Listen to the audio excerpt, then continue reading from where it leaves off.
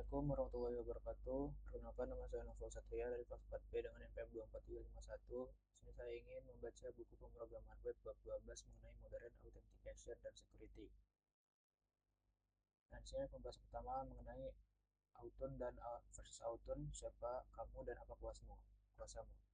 Nah, dalam percakapan sehari-hari, istilah autentikasi dan otorisasi seringkali digunakan secara bergantian seolah-olah keduanya adalah hal yang sama, namun dalam arsitektur keamanan sistem, keduanya adalah proses yang sangat berbeda, yang terpisah namun saling bergantung erat. Nah, ada authentication yang dimana adalah proses verifikasi identitas yang menjawab pertanyaan siapa Anda, mirip dengan saat kamu menunjukkan KTP atau paspor di meja imigrasi bandara untuk membuktikan bahwa kamu benar-benar orang tertulis di dokumen tersebut. Dalam dunia digital, authn terjadi saat kamu memasukkan username dan password, memindai sidik jari, atau menggunakan one-time password. Namun tanpa authn yang sukses, sistem tidak memiliki cara untuk mengetahui dengan siapa ia berinteraksi. Kembali ke analogi gedung setelah identitas terverifikasi, proses selanjutnya adalah authorization yang menjawab pertanyaan apa yang Anda lakukan. Dan kita kembali ke analogi gedung kantor. Authn adalah proses satpam memeriksa wajah dan memberikan kartu akses ke karyawan. Auto out out adalah aturan yang menentukan kartu akses tersebut bisa membuka pintu mana saja, apakah kartu itu bisa dibuka membuka pintu ruang CEO atau hanya bisa membuka pintu kantin dan toilet. Dalam aplikasi web, Auto menentukan apakah user Budi boleh menghapus data transaksi atau hanya boleh melihatnya gitu aja.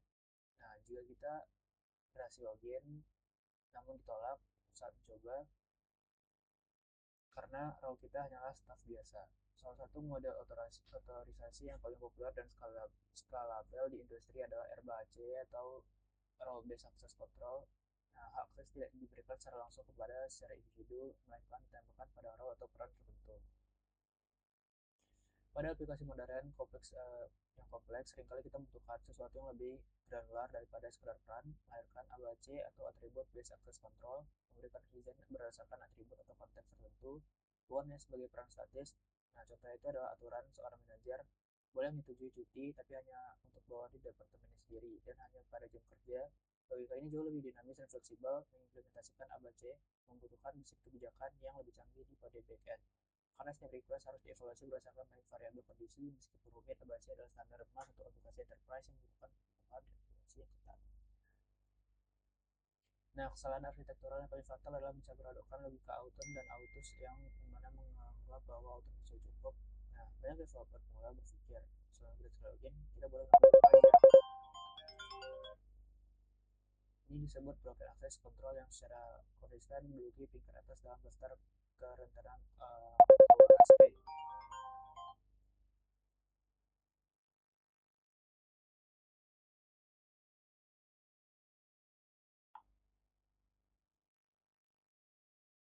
Nah, bagaimana kita penting menyadari bahwa Authn dan Auto sebaiknya dipisahkan dari logika bisnis dalam aplikasi, dan di era microservice, pola yang umum digunakan adalah memusatkan Authn di satu layanan khusus, sementara Auto bisa didistribusikan di masing-masing service atau dipusatkan juga. Dengan memisahkan konsep ini, developer fitur bisa fokus membangun produk tanpa pusing keamanan yang baik dan arsitektur transparan bagi developer namun terkendali sebagai penyerang.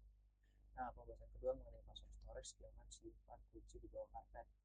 Menyimpan kata sandi menggunakan dalam bentuk teks asli atau plain text di database adalah dosa terbesar yang bisa dilakukan oleh seorang software engineer. Jika kamu menyimpan password rahasia 123 apa ada di dalam tabel, maka siapapun bisa mengakses ke database tersebut. Nah, mekanisme untuk menyimpan jejak di sebuah hashing sering disalahartikan dengan enkripsi. Enkripsi adalah proses dua arah, kamu mengunci data dengan kunci dan kamu bisa membukanya kembali menjadi bentuk asli jika kamu punya passwordnya sebagai buah-buahan segar, dan fungsi hashing adalah sebagai blender. Kita bisa mengubah uh, buah menjadi jus, namun kita tidak bisa mengubah jus kembali menjadi buah utuh. Tidak peduli seberapa canggih teknologinya, saat pengguna login, sistem tidak menggunakan password asli, melainkan memblender password inputan pengguna dan bandingkan hasil jusnya dengan jus yang tersimpan di database. Namun, tidak semua mesin blender diciptakan sama. Algoritma HAS2 seperti MBS atau SHS1 sudah dianggap rusak dan tidak aman untuk password.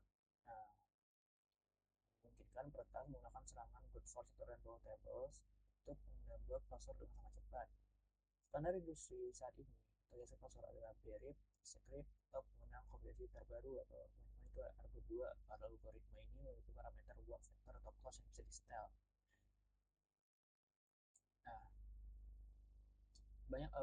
Selain algoritma itu lambat, kita wajib menggunakan salt. Salt adalah string acak untuk menambahkan kesediaan password sebelum dihash. Tanpa salt, dua user punya password yang sama akan memiliki hasil hash yang sama persis di database-nya. Untuk keamanan tingkat paranoid, beberapa arsitek menambahkan paper yang berbeda dengan salt yang disimpan database. Paper adalah kunci rahasia disimpan di level aplikasi. Nah, keuntungan itu adalah jika database VL bocor, mereka tetap bisa memecahkan password karena mereka tidak memiliki paper yang tersimpan terpisah di server aplikasinya. Nah, penjelasan ketiga mengenai session first token perang status.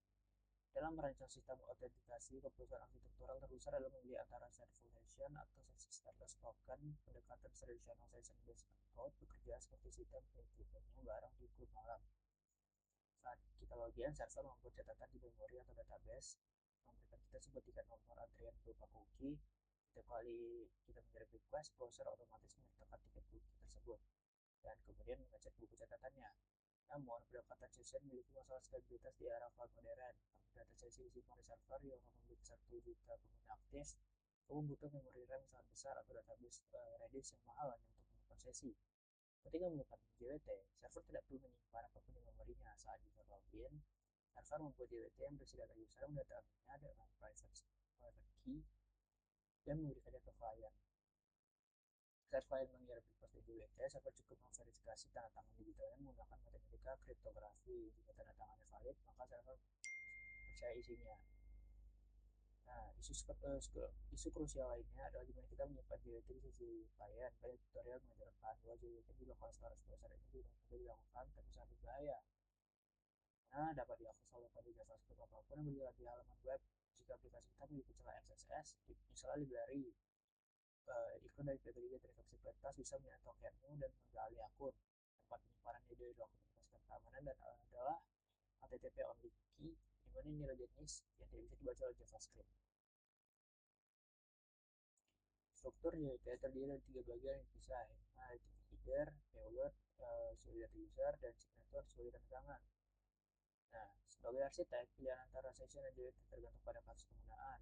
Untuk aplikasi perbankan atau internal perusahaan yang butuh keamanan ketat dan kemampuan local yang memaksa instan, session adalah pilihan yang terbaik.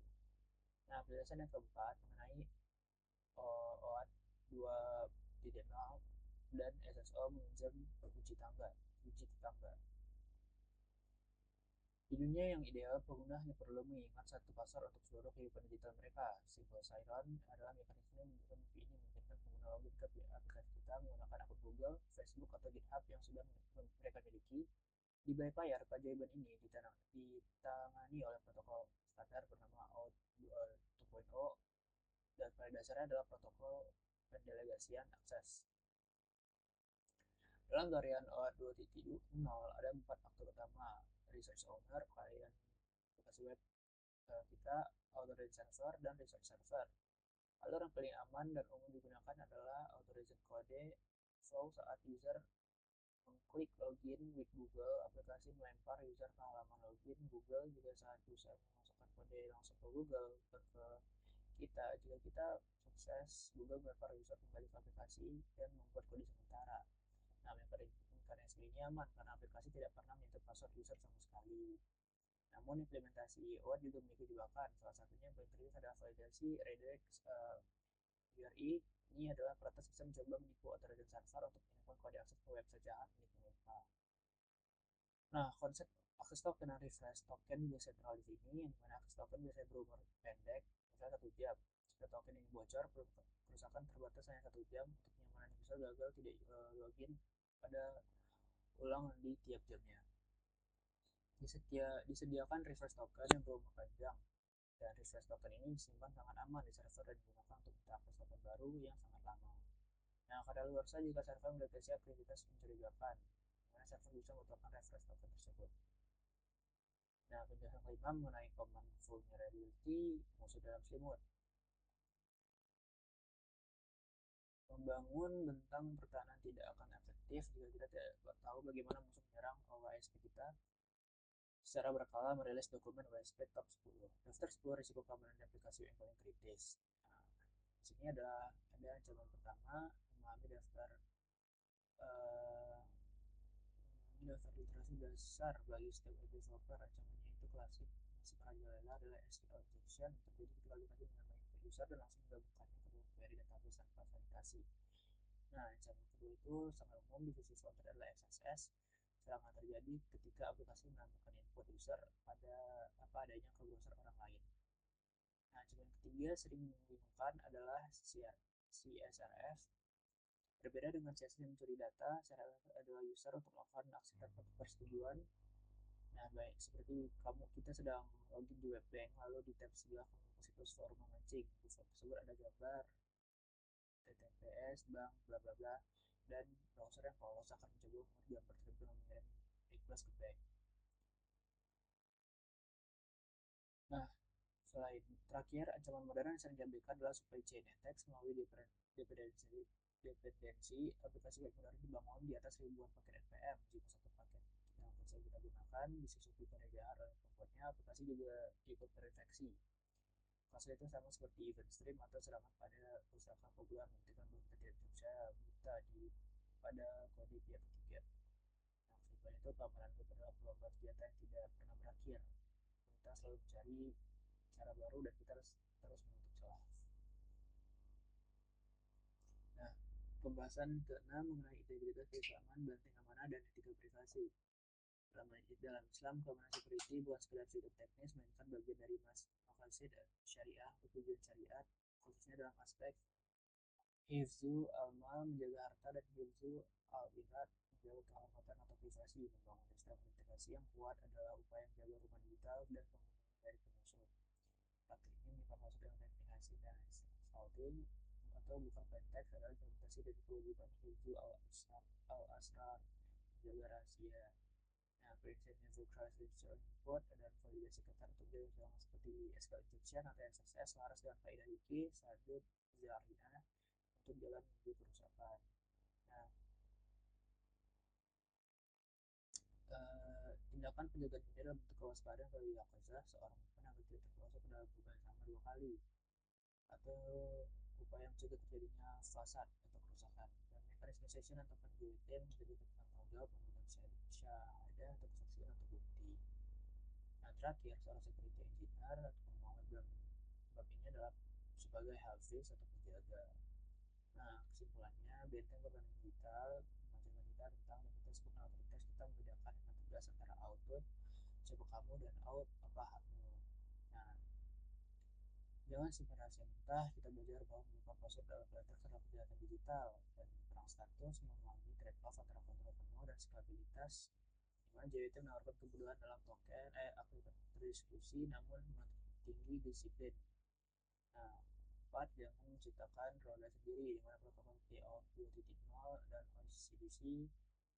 OIDC adalah ada karena alasan yang kuat, merupakan penyediaan identitas terpercaya. Nah, kalau nilai sehat, terakhir kita menyadari bahwa internet adalah tempat yang paling berbahaya. Ancaman jasa Jackson, SSS, dan CSRF selalu mengenai input yang tidak divalidasi. Sekian membaca bab 12 dari saya. Terima kasih. Assalamualaikum warahmatullahi wabarakatuh.